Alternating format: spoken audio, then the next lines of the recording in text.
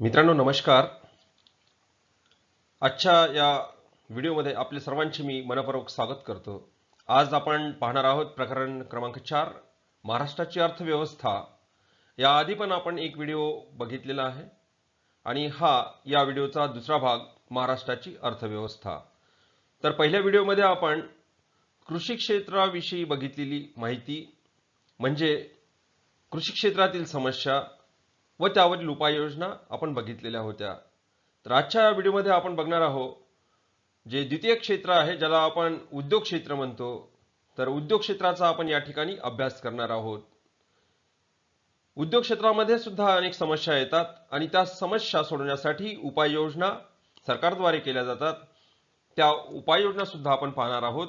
त्याच प्रकारे तृतीय क्षेत्र जे आहे ज्याला आपण सेवा क्षेत्र म्हणतो त्या क्षेत्राचा सुद्धा आपण आजच्या व्हिडिओमध्ये अभ्यास करणार आहोत. तर सेवा क्षेत्रामध्ये साधारणतः विमा, पर्यटन, बँकिंग, शिक्षण यासारख्या गोष्टींचा समावेश करण्यात येतो. तर बघूया ब उद्योग क्षेत्र. जसं की उद्योग क्षेत्र महाराष्ट्रामध्ये जर विचार केला तर मोठ्या प्रमाणामध्ये औद्योगिक प्रगती झालेली आपल्याला दिसून येते आणि म्हणून महाराष्ट्र राज्याला उद्योग प्रधान राष्ट्र असं सुद्धा म्हटलं जातं. जसे की महाराष्ट्र हे औद्योगिकदृष्ट्या प्रगत राज्य आहे.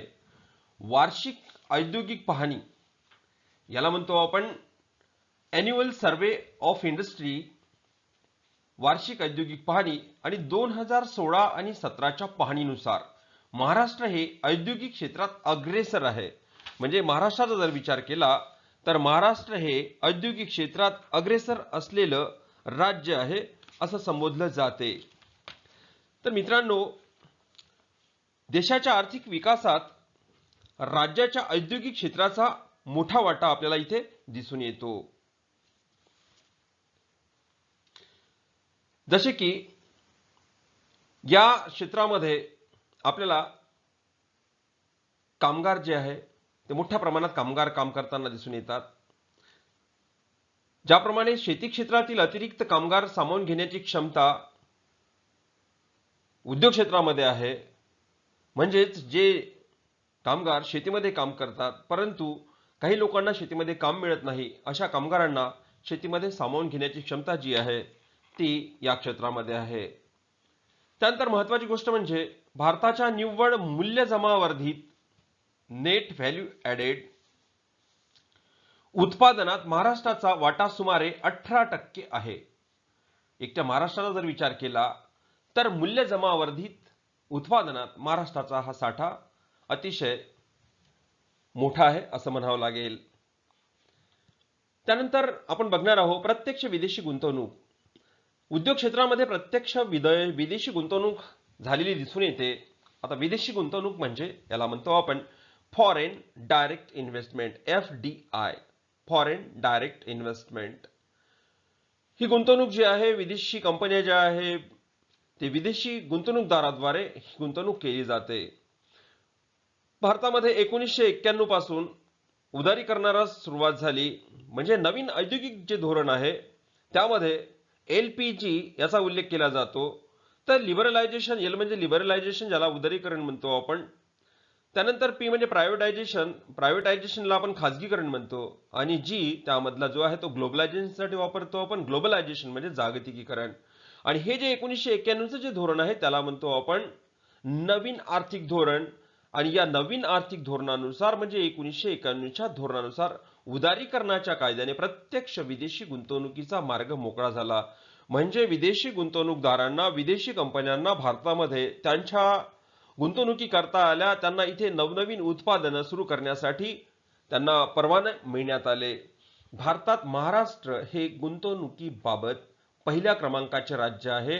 आणि फॉरेन डायरेक्ट इन्व्हेस्टमेंट म्हणजे प्रत्यक्ष विदेशी गुंतवणुकीचा जर विचार केला तर महाराष्ट्र हे गुंतवणुकी बाबतीत पहिल्या क्रमांकाचे राज्य आहे असे म्हणावे लागते. एप्रिल 2000 पासून सप्टेंबर 2017 पर्यंत म्हणजे जवळपास हा 17 वर्षाचा काळ रुपये 6,11,760 कोटी इतके होते आणि ही जी गुंतवणूक आहे ती 6,11,760 कोटी इथपर्यंत आहे. हे प्रमाण भारतातील एकूण प्रत्यक्ष विदेशी गुंतवणुकीच्या 31% आहे आणि भारतात जी विदेशी गुंतवणूक होते त्या पूर्ण विदेशी गुंतवणुकीपैकी जवळपास 31% गुंतवणूक केवळ महाराष्ट्रात केली जाते आणि म्हणून उद्योग क्षेत्रातील प्रगती ही महाराष्ट्रामध्ये मोठ्या प्रमाणात झालेली दिसून येते. त्यानंतर औद्योगिक क्षेत्रामध्ये समस्या आहेत मित्रांनो, तर त्या समस्या आपण जाणून घेऊया. तर महाराष्ट्रामध्ये शासकीय दप्तर दिरंगाई औद्योगिक क्षेत्रातील सर्वात एक मोठी अडचण म्हणजे शासकीय नियमावली जी असते त्यामध्ये अनेक अडचणी असतात आणि त्या सोडवता वेळ लागतो आणि म्हणून याला दप्तर दिरंगाई असे म्हटले जाते, शासकीय दप्तर दिरंगाई. त्यानंतर कौशल्य विकासाच्या संधीची कमतरता. औद्योगिक क्षेत्राचा जर विचार केला तर आपल्याला असे दिसून येते की इथे कौशल्य विकास जो आहे, स्किल डेव्हलपमेंट जी आहे ती आपल्याला इथे कमी प्रमाणात झालेली दिसून येते आणि अशा प्रकारे कौशल्य विकासाच्या संधीची कमतरता सुद्धा भासते. त्यानंतर सुधारित तंत्रज्ञानाचा अभाव.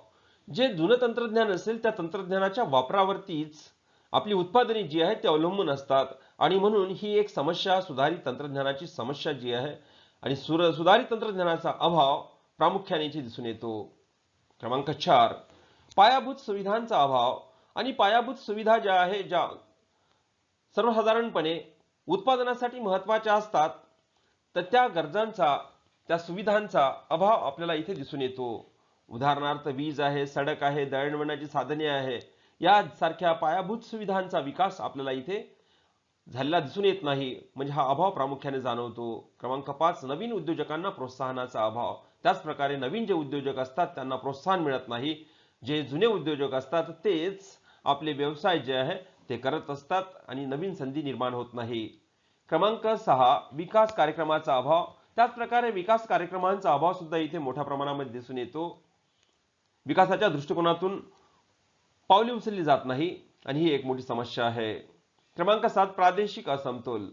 प्रादेशिक असमतोल ही महाराष्ट्राचीच नव्हे तर संपूर्ण भारताची एक प्रकारे समस्या आहे.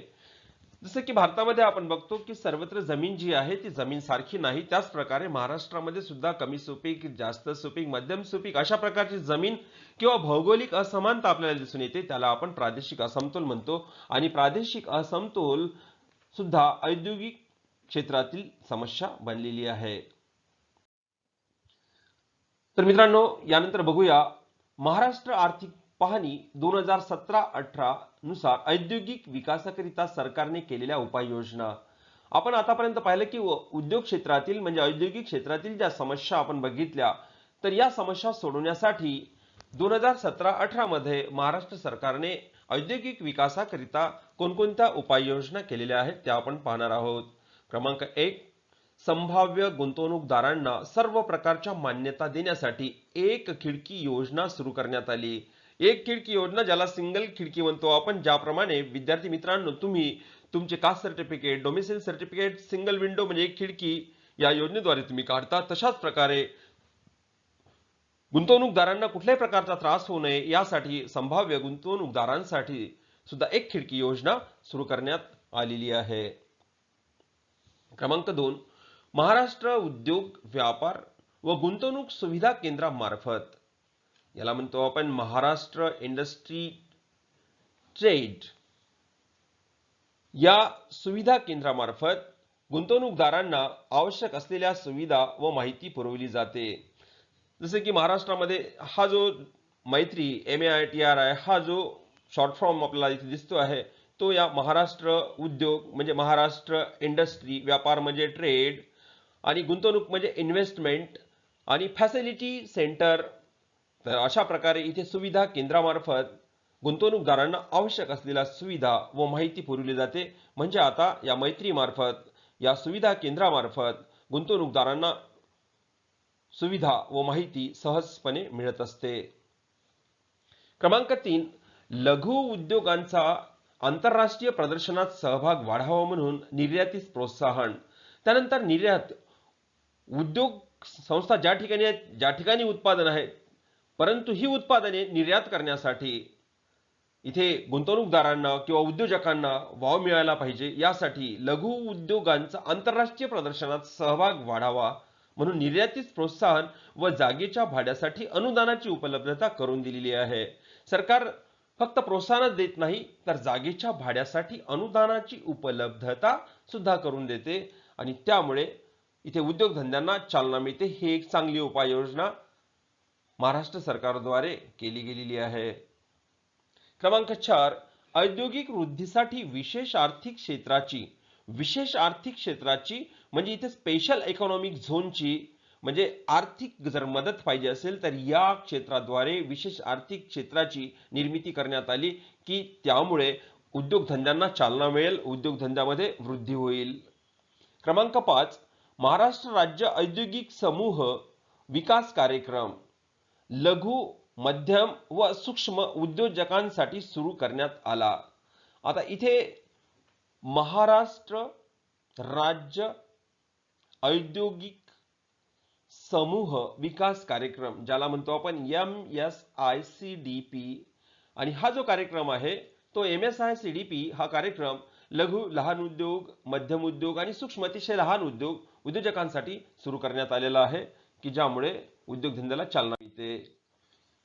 अशा प्रकारे उद्योगांच्या बाबतीत आपण बघितलेलं आहे. त्यानंतर आपण विचार करू सेवा क्षेत्राचा. विद्यार्थी मित्रांनो, हे तृतीय क्षेत्र आहे. आतापर्यंत आपण उद्योग क्षेत्र, द्वितीय क्षेत्राचा अभ्यास केला. तर सेवा क्षेत्र आपल्याला बघायचं आहे. सेवा क्षेत्रामध्ये विमा, पर्यटन, बँकिंग, शिक्षण व सामाजिक सेवा, तसेच व्यावसायिक सेवा व अंतिम ग्राहक सेवा इत्यादींचा समावेश होतो. यामध्ये आपल्याला मोठ्या प्रमाणावर रोजगाराच्या संधी आज उपलब्ध झालेल्या आहे. महाराष्ट्रामध्ये या क्षेत्रामध्ये मोठ्या प्रमाणावरती आपल्याला प्रगती झालेली दिसून येते आणि तसेच स्थूल राज्यांतर्गत उत्पादनामध्ये या क्षेत्राचा मोठा वाटा सुद्धा आपल्याला दिसून येतो. स्थूल राज्यांतर्गत उत्पादनात म्हणजे GSDP, gross state domestic product, आणि याला म्हणतो आपण स्थूल राज्यांतर्गत उत्पादन. या सेवा क्षेत्राचे योगदान सर्वात जास्त असून 2017-18 मध्ये ते 54.5% इतके होते. म्हणजे सेवा क्षेत्राचा जो वाटा आहे तो दिवसेंदिवस आपल्याला वाढत चाललेला दिसून येतो. त्यानंतर सेवा क्षेत्राच्या वाढीस चालना देणारे काही प्रमुख उद्योग आहेत. त्यामध्ये प्रामुख्याने अर्थतंत्र, याला फिनटेक असं म्हटलं जाते, आणि फिनटेक मीन्स फायनान्शियल टेक्निक जी आहे ती वाढवली जाते, अर्थतंत्र वाढवले जाते. त्यानंतर माहिती तंत्र, याला इन्फॉर्मेशन टेक्नॉलॉजी म्हणतो आपण. त्यानंतर ITES, स्टार्टअप्स, नवीन कंपन्या सुरुवात करतात. क्लाउड कॉम्प्युटिंग, कॉम्प्युटरच्या क्षेत्रामध्ये काम करते.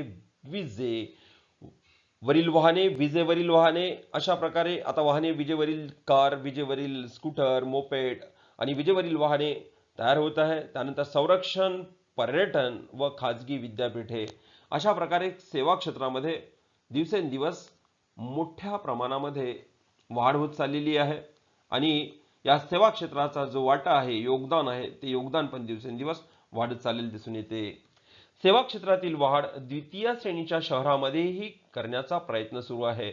आणि ही जी आपण सेवा क्षेत्रे आतापर्यंत बघितलेली आहे, या सेवा क्षेत्रांमध्ये जी वाढ आहे, द्वितीय श्रेणीची जी शहरं समजली जातात त्या शहरांमध्ये सुद्धा आता सेवा क्षेत्राची वाढ दिवसेंदिवस होत आहे. त्यानंतर सेवा क्षेत्राचे मुख्य घटक. मित्रांनो, सेवा क्षेत्राचे मुख्य घटक ज्याला आपण पायाभूत संरचना म्हणतो. पायाभूत सुविधांचे वर्गीकरण 2 भागांमध्ये केले जाते: आर्थिक पायाभूत सुविधा आणि सामाजिक पायाभूत सुविधा. तर पायाभूत संरचना म्हणजे काय आपण बघणार आहोत. पायाभूत सुविधा या राज्याच्या सामाजिक आर्थिक विकासाची गुरुकिल्ली आहे. म्हणजे पायाभूत सुविधामुळे राज्याचा सामाजिक तसेच आर्थिक विकास होतो.